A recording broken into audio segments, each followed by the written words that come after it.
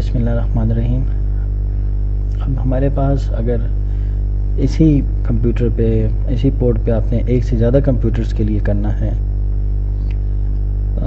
Let's say अगर आपने 10 computer करना है, या अगर आप मैक एड्रेस की रिस्ट्रिक्शन आपको नहीं पता कि यूज़र्स का आपके मैक एड्रेस क्या होगा, तो उसके लिए आप क्या करेंगे। दोबारा हम वही कॉन्फ़िगरेशन खोल लेते हैं जो हमने सिंगल पीसी के लिए की थी।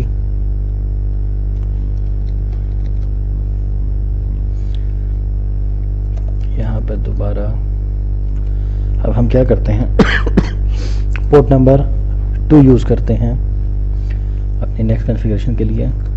फास्ट इथरनेट 0/2 पहले switch mode access enter, switch port,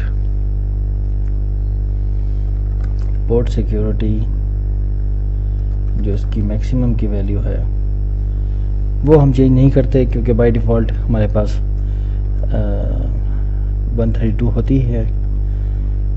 तो इसमें हम करते हैं मैक एड्रेस। अब हमारे पास क्योंकि मैक एड्रेस पता नहीं है हमें कि हमारे यूज़र का क्या होगा, तो हम यहाँ पर एक वर्ड यूज़ कर रहे हैं स्टिकी का, कि जो कंप्यूटर इसके साथ कनेक्ट हो या खुद ब खुद उसका पोर्ट जो मैक एड्रेस है उसको लर्न कर लेगा, उसको अपने पास सेव कर लेगा। तो एंटर।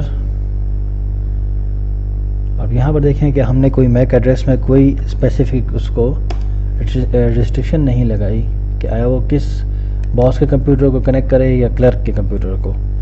तो वो आप देखें कि आपके दोनों कंप्यूटर्स को वो सपोर्ट करेगा, चाहे वो बॉस का हो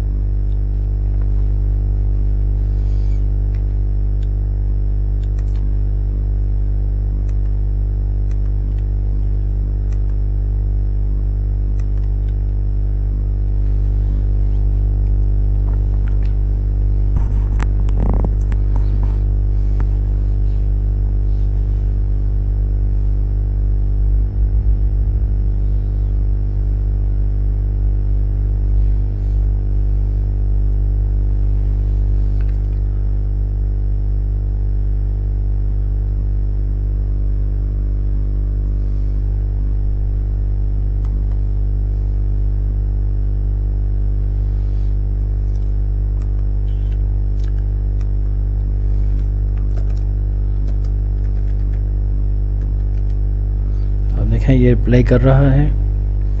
और इसी तरह अगर हम इसको दूसरे इसके साथ लगाते हैं बॉस वाले कंप्यूटर के साथ, तब भी ये रिप्लाई करेगा। ठीक है, तो ये थी हमारे पास वही मैक एड्रेस की ऑप्शन, मगर अगर आपके पास हमने पहले इससे सिंगल पीसी के लिए किया था, और इसमें जो आपके पास पीसी ज़्यादा हों